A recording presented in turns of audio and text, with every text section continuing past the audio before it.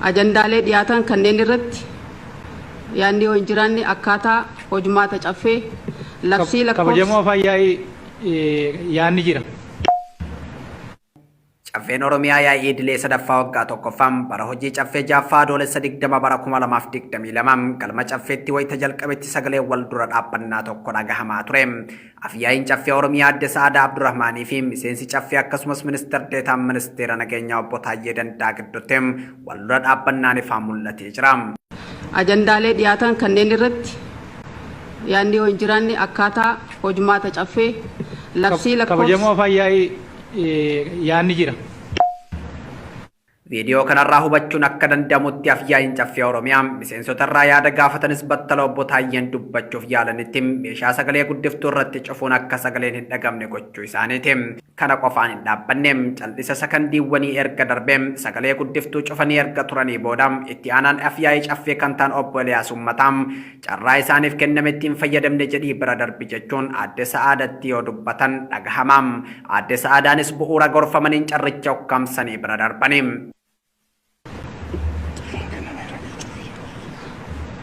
Carraan kan nama itti fayyadamuu hin dandeenye. Dhimma kana ilaalchisuun hooggantoota olaanoo biltsiginnaa keessaa tokko kan ta'an ministeera deetaan ministeera nageenyaa biyyattii obbo Taayyee Danda'a fuula feesbuuka isaanii irratti komii qaban ibsataniitii jiru. Akka obbo Taayyeen jedhanitti qabxiileen caffeen raggaasisee fi gabaasaawwan dhiyaatan hunduu sirrii hin turre. Wanti gatii guddaa kafallee qabsoofneef bilisummaadha kan jedhan obbo Taayyeen bilisummaan bu'uuraa immoo mirga dubbii ta'uu himanii mirga bilisaan dubbachuu miseensota caffee sarbamuu isaa ibsaniitii jiru. Adeemsi caffee Oromiyaa adeemsa heeraa fi seerarraa jallateera kan jedhan obbo Taayyeen gabaasni dhiyaates gabaasa sobaa fi shiraa waan ta'eef waan deeggaramuu hin malleef ta'uu himanii. Hojumaata caffee keessa mariin caffeen duraa hin jiru. Korri caffee galma caffee qofatti geggeeffamuu qaba. Haa ta'u malee miseensota caffee tuuta jaatti qoodamuun gabaasa dheengadda dhiyaate irratti guyyaa lamaaf raawwachiiftota olaanoon mariisifamuun kallattiin fudhatanii sodaachifamaas turaniiru kan jedhu ibsi obbo Taayyee Danda'a kun caffeen utuu walitti hin qabamin dura garee gareetti hiramee doorsifamaa ture jechuun barreessaniitii jiru. Gabaasni dhiyaate rakkoo qabaachuu isaa qabxiin kan ibsan obbo Taayyee Danda'a karoorri baajataa qabames dogonkora qabaachuu isaa qabxiileen tarreessuun barreessaniitii jiru. Hooggantoota mootummaa naannichaa gurmuu hattootaa fi shirtootaa jechuun kan waaman obbo Taayyeen warri siyaasni qumaaraa jedhuu fi warri siyaasa jechuun shiraadha jedhan osoo Oromiyaa nagaa dhoorkataa jiranii dhimma nageenyaa moggatti dhisnee gabaasa sobaa dhageeffachuun waan hin malle jechuun qeeqani. Obbo Taayyeen eenyummaa qaama komatan kanaa ifa baasuu baatanis dubbii isaanii irraa hubachuun akka danda'amutti hooggantoota olaanaatti quba qabaa jiraachuu isaaniiti. Akka barreeffama obbo Taayyeen feesbuuka isaanii irratti barreessan kanarraa hubachuun danda'amutti gurmuun caffeef gabaasa dhiyeesse kun rakkoo saba Oromoof quuqama hin qabu. Karoorri baajataa qabames karoora saamichaaf karoorfameedha.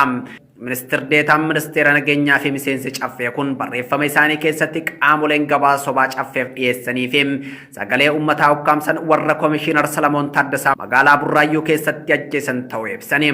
Waggoota dura Komishiinar Salamoon Taaddasaa magaalaa Burraayyuutti bombiin haleellamanii erga du'anii booda shaneetu ajjeese jechuun dargaggoota nagaa gara mana hidhaatti guuraa turaniitii jiru. Obbo Taayyee Danda'a garuu barreeffama isaanii keessatti Komishiinar Salamoon Taaddasaa jallinnaa fi shira garee kanaa waan mormeef ajjeefame jedhan ofii kiyyaafis lubbuu kootiifis wabii hin qabu kan jedhan obbo Taayyeen gareen kun na ajjeesuu mala jechuun sodaa qaban himaniitii jiru. Kana malees godinaalee Oromiyaa hedduu keessatti lammiileen nagaa hedduun ajjeefamuu manni qonnaan bulaa gubachuu fi qabeenya uummataa guddaan saamamuu himaniitii jiru. Waraana Oromiyaa irratti labsameen humnoonni mootummaan bobbaaseen namoota nagaa ajjeesaa manneen qonnaan bulaa gubaam qabeenya uummataa saamaa namoota mana hidhaatti guuranii hiraarsaa jiraachuun komii uummanni kaasuun OMN irra deebiin gabaasaa tureetii jira. Bulchiinsa magaalaa Sulultaa torban tokko keessatti ijaarsa seeraan alaa amantaa Ortoodooksii dahoo godhachuun magaalichatti raawwatame irratti tarkaanfii akka fudhatu beeksise. Gandaa Qaasoo waa sarbii tayyama qaama dhimma ilaaluu fi ragaa seera qabeessummaan ala amantaa dahoo godhachuun sababa ijaarsa bataskaanaan saamichi lafaa raawwatameen wal qabatee namoonni 9 to'annoo jala oolfamuu bulchiinsa magaalichaa beekseera. Itti gaafatamaan waajjira lafaa bulchiinsa magaalaa Sulultaa obbo Xilahuun Guutaa yaada kennaniin rakkinicha waliin wal qabatee tarkaanfii fudhatamuu eegaleera jedhan. dhimmi weerar lafaa maqaa amantaatiin keessattuu amantaa ortodoksii dahoo godhachuun raawwatamu bifa qabannaa fi qubannaa seeran alaatiin ilaalama kan jedhan hoggantichi ijaarsi isaas halkan geggeeffame ganama gaafa ilaalamu alaabaa seeran alaa dibamee argama jedhan. Lafti hektaara 2 hanga 3 ta'uu bifa weeraraan qabamee akka jirus dubbatanii jiru. Hanga ammaatti iddoon seeran ala weerarame 3 akka adda baafamee fi bulchiinsi magaalichaa seera kabachiisuuf hojii eegaluu obbo Xilawuun ibsanii jiru.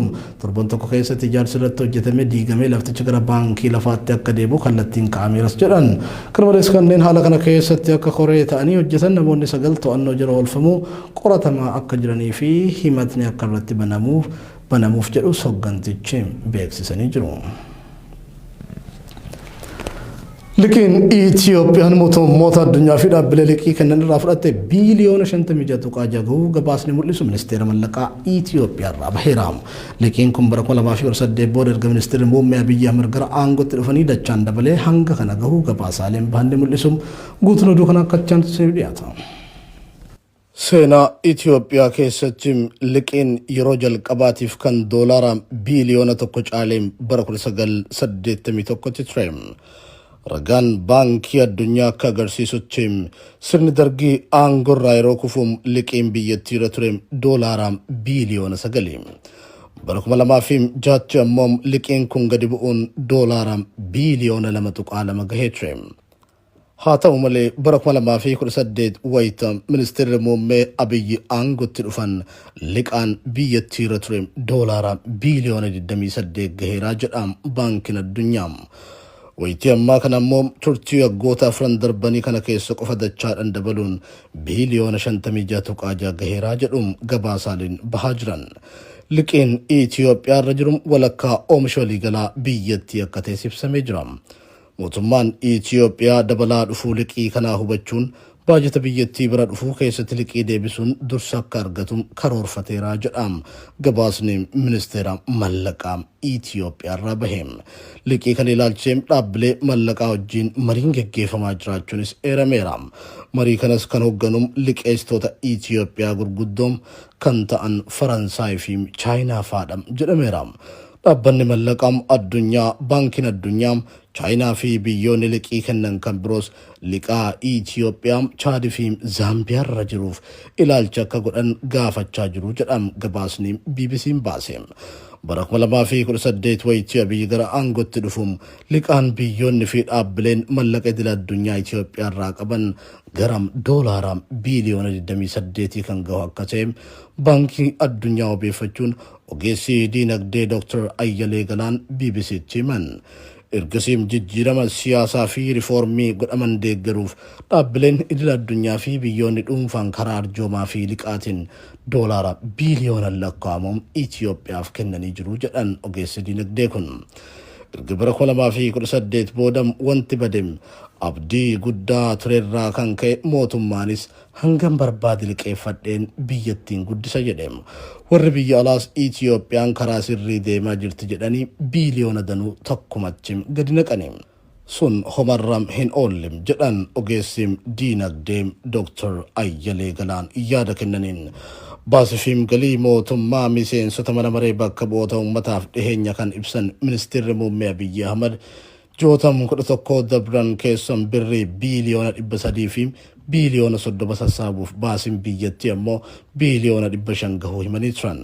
Baasii fi galii biyyaa gidduu qaawwa hanga kanaaf kan sababa ta'e liqii ta'us dubbatu. Abiyyi waggaa kana keessa liqii doolaara biiliyoona 1.7 kaffalleerra. Kun ammoo gara birrii biiliyoona 100 ta'a jedhanii jiru. Baajata bara dhufuu kan raggaasifame birrii biiliyoona 700 fi biiliyoona 86 keessa harki caalu liqii deebisanii ijaaruu fi ijaarsa humna ittisaaf akka oolu ibsamee jira. Ogeessi diinagdee Abdul Mannaan Muhammad gama isaaniitiin rakkoolee guddina Itiyoophiyaa boodatti harkisan keessaa ijoon liqii ta'uu dubbatu. Liqii Itiyoophiyaan fudhatte keessaa 97 liqii yeroo dheeraa fi liqii uummataa akka ta'e immoo Dr. Ayyaleen himanii jiru. Liqiin yeroo dheeraa kan agarsiisu kaffaltiin isaa waggoota 30 hanga 50 keessatti kan raawwatamu ta'uu isaati. Kana jechuun liqii kana deebisuun yaaddoo mootummaa liqicha fudhateen ta'u jedhan ogeessi diinagdee kun. Liqii uummataa kan jedhamu ammoo yeroo liqaan kun itti kaffalamuu gahutti deebisuuf gaafatama kan qabu uummata Itoophiyaa sanuu immoo dhaloota amma jiru hin ta'u jechuudha jedhu. Dhaabbileen idila addunyaa Itoophiyaaf liqeessan kan akka baankii addunyaa fi IMF wayita liqii kennan yeroo jedhame keessatti mallaqichi yoo deebisuu baatan wanta akka wabiitti qabatan fudhatu jedha. Ogeessi diinagdee Dr. Ayyaleen Itoophiyaan maal qabsiiftee liqeeffachaa akka jirtuun ifatti wanti beekamu hin jiru jedhu. Wanti kun kan ifa ta'uun kan liqeesse fi liqeeffate gidduu rakkoon dhalatee walimachuun yeroo eegalu ta'uu himan. Akka fakkeenyaatti mootummaan Keeniyaa liqii Chaayinaarraa fudhatee ture irratti yeroo wal dhaban Chaayinaan buufata doonii Mombaasaa fudhachuuf yeroo jettum wabiin liqaa fudhateef qabame buufaticha ta'uun beekame jechuun fakkeenya eeranii jiru.